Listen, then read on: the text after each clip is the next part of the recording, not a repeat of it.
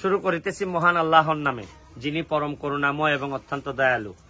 ঈদের নামাজ পড়ে বাসায় রেস্ট নিচ্ছিলাম, এই সময় একটা ভিডিও দেখলাম। আমার এক ছোট ভাই, তুমি আসো, সে একটা গ্রামের ছেলে, সে একটা ভিডিও করছে, ওরা আমার দৃষ্টি আকর্ষণ করছে। যেহেতু আমি এমপি, আমার দৃষ্টি তো আকর্ষণ করবেই।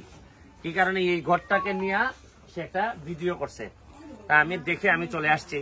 আমার কাছে মনে হয়েছে যে এমপি হয়ে যে মানুষগুলার কষ্ট, এগুলার জন্য তো একেবারে ঋণী হয়ে যায় আমি, যে এদেরকে যেন কোনোভাবেই যেন কষ্ট থেকে মুক্তি দেওয়া যায়, এটার চেষ্টা করাটা আমার এমপি হিসাবে দায়িত্ব।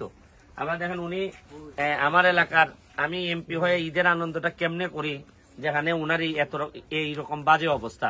আপনাদেরকে উনার অবস্থাটা দেখাই। উনার 3টা মেয়ে আপনার ছিল না? আপনার কাছে আসো। আপনার জামাই মারা গেছেন কবে? কত বছর হইতে পারে আন্দাজে?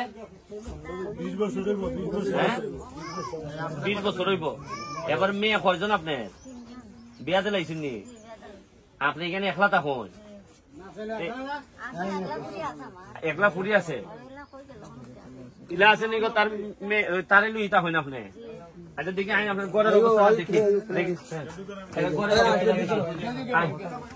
দেখি এখানে আইন গো, আপনি আইন গো, আপনি হ্যাঁ হ্যাঁ, এই যে ঘরের অবস্থাটা, এখানে তো বৃষ্টিতে পানি পড়ে না? আপনারা তখন কেমনি সময় বৃষ্টির সময় এলে অন্য করে দেন গিয়া, আপনারা এই অতদিন ধরে সাহায্য টাহ্য কুস্তা পাইছেন না?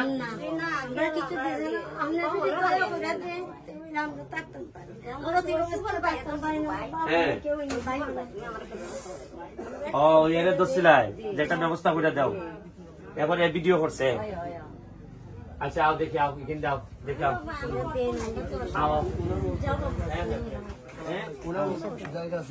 আর এটা কার জায়গা? উনি বন্টন হয়ে গেছি গা, বন্টন হওয়াতে মানে এরা যারা আছে, অন্যরা যারা আছে, এরা তাইকে ওই জায়গার মিছে, খালি জায়গার মিছে জায়গা দিছে। কোনা না তোমার জায়গা দিছে? টাকা পয়সা লাগি খতকান্দুর আও আমার সাথে, আও দেখি আও দেখি আও, তোমরা রবে দু আও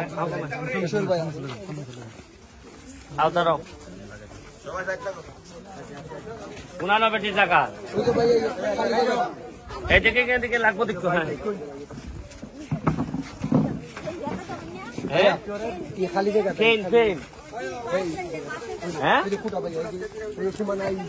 এখানে নি খোলা নাই, এই জায়গাটা টাকা পয়সার জন্য উনি এই জায়গাটাতে ওনার আছে, কিন্তু টাকা পয়সার জন্য ঘর করতে পারে ওনার যে 3 মেয়ে, আরেক মেয়ে মানুষের করে কাজ কাম করে খায় না, আগলা হয়ে জেলা ইলাইন ডাকা থাকে, ডাকা থাকে, এরা কোনো সাহায্য করতে পারে না, মনে খাস করে খায়। আর তুমি কি তা করো? খাস করে খাও। আচ্ছা ঠিক আছে, যেহেতু আমার কাছে এটা ফাইন্ড আউট হয়েছে, আমি চেষ্টা করতেছি তোমারে খালকের থেকে এখানে ছোট করে তোমার সুন্দর করে একটা ঘর বানাই দেওয়া হইব, বুঝছো নি? এই এটা লেগে তুমি নুরুল আর উনারে লইয়া আমি খালকে তোমারে বরাদ্দ দিমু, দিলে পরে একটা সুন্দর ভাবে শালীন ভাবে যেন থাকতে পারে, এরকম সরকারি ঘর যেভাবে থাকে এরকম একটা ঘর তারা বানাই দিবে।